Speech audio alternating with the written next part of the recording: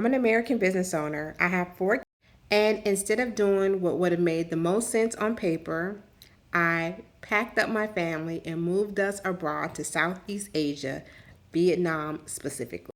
This isn't actually the first country that we've ever done this in, but I want to share why I chose Vietnam, what surprised me most once we got here, and if I think we made the right decision for now.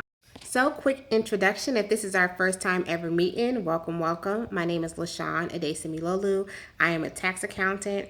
I have a tax firm based in the US. I have four children, and right now I am world schooling and traveling around the world. And I happen to be in Vietnam. Ever since I been little, one of my dreams and goal has been to travel the world. I can remember being as young as 9 or 10 and just daydreaming. You know how when you're outside, we didn't have all of those things. I'm a millennial, okay? I'm a millennial. We didn't have all of these like electronics and gadgets back then. My mom was old school. We had to go outside until the street lights come on and like be in nature. So I can remember just like laying down, looking at the clouds going by and thinking like, man, I would love to travel the world. Specifically, I really wanted to go to Africa. That was my dream. I was like, I want to go to Africa when I'm older. And like, I just wanted to spend my time traveling.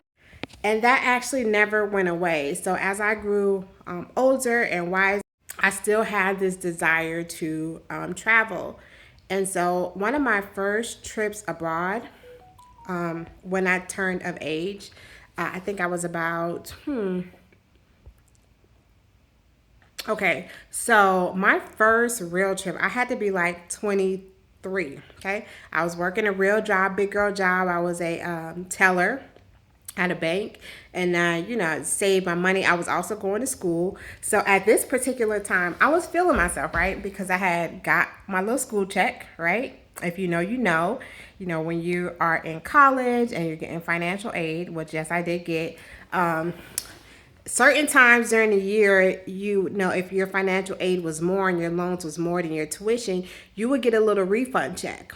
And a lot of us was and still is at time. It was like, okay, I really felt like during that time I was rich.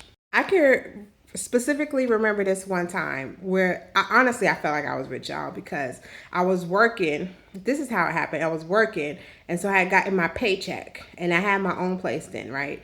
So I got my paycheck and I paid my rent with that.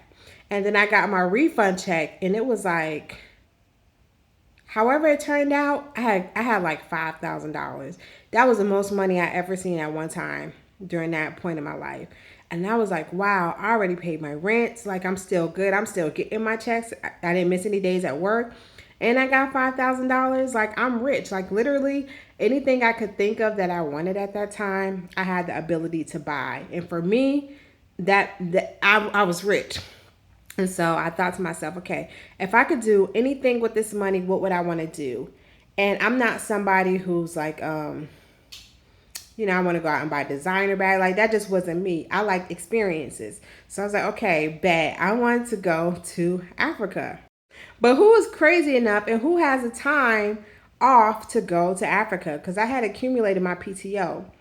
And so my little sister, who is 4 years younger than me, so if I'm 24 at this time, she had to be about 20. I talked her into it. I'm like, girl, do you want to go to Africa? She like, yes, sign me up. Let's go to Africa.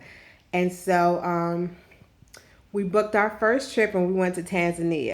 Now, during that time, that was like one of my first trips. I didn't know what I know now. Like, I wasn't as seasoned. It was literally like I was trying to do everything as cheap as possible. And so the flights, I didn't care about like layovers and things like that. If the flight was cheaper, I didn't look up the brands of the reviews of the airline. I didn't care. The resort we're going to was top tier. I made sure of that because I'm very particular about where I slept, even then. But to get there, I'm like, I don't care if I didn't have any kids. I don't care if it's any layovers. Bring it. So we ended up doing like 3 or 4 layovers during that time. By the time it was just horrible. Our last airline when we got there was Ethiopia Airline, y'all. When I tell you, it was like the most flimsiest plane you ever did see. They had like a ladder to get us up there. It was just, and I was like, this is how we get into This is the saxophone was playing, heart was beating. We was young. It was just like only people of color there on this particular plane. Yeah, everybody else was Caucasian in some capacity. I don't know if they were European, American, Russian. I don't know. They didn't look like us. Anyways, so we got there, and when we got to Africa, and I got like it just felt so good. Like I felt like, man, this is actually what I'm supposed to be doing. When we got to the resort, we were the only black Americans there. Anybody that looked like me, my skin tone, was a worker there. So that was very interesting to me. Even the workers, because we were very polite, and we were also, you got to remember, very young. It was 24 and 20, and we were the only one that looked like us. And so everybody was curious, like, what do you do? Are your parents like they were just like, what's going on? And at this time, President Obama was in office. And so the African workers, they were like, are you guys Sasha and Malia Obama? They had never seen black Americans. And so they just, kept coming up to us. They wanted to play with our hair and touch our hair. It was really interesting. They were very nice and very kind, and it was really an interesting time. I even had a little love interest there, child, when I was there for that week. He thought he had found his American dream, but it didn't last. But that was a cute time. So, anyways, that trip sparked my desire and my thirst. I don't know. It just really propelled me. Like I really enjoy traveling abroad. It's just something about it. It's not just like the resorts and it's about the people and the smells, and everything is unfamiliar to me, and my brain can learn and grow, and it just felt so good. And so from that point on, I knew like, okay, this is something that I want to incorporate into my everyday life. Now, the trouble, not necessarily the trouble, but what I had to figure out is as I got older and I started having children, got married and things like that, like how am I still going to be able to incorporate traveling into my life?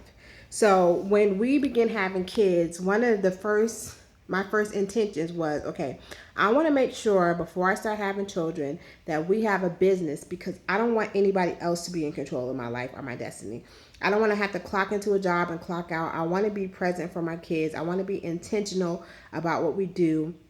And also, I want to make sure that we're able to travel. So we both, my husband and I, were both on board with world schooling, like traveling around the world, raising the kids, being a united front, doing things that way. So that was my goal, and that was my intention starting off. Does that mean everybody agreed? Absolutely not. There were a lot of people, family members in my ear telling me, once you start having kids, you're not going to be able to travel. You're going to have like a stable base. They need routines. They need to go to a real school.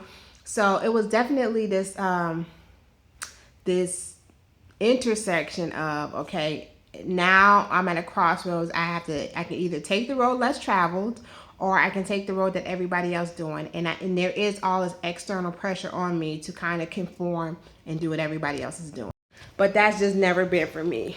And so I back and forth, I was going from the U.S. to, we lived in Panama for some time, Rwanda. We took trips to Mexico, Belize, Bali, Thailand. We went different places with the kids and incorporated world schooling the whole time. The more that I got to do this with the children, the more I was like, this is perfect, because they were hearing different languages. They were trying different foods.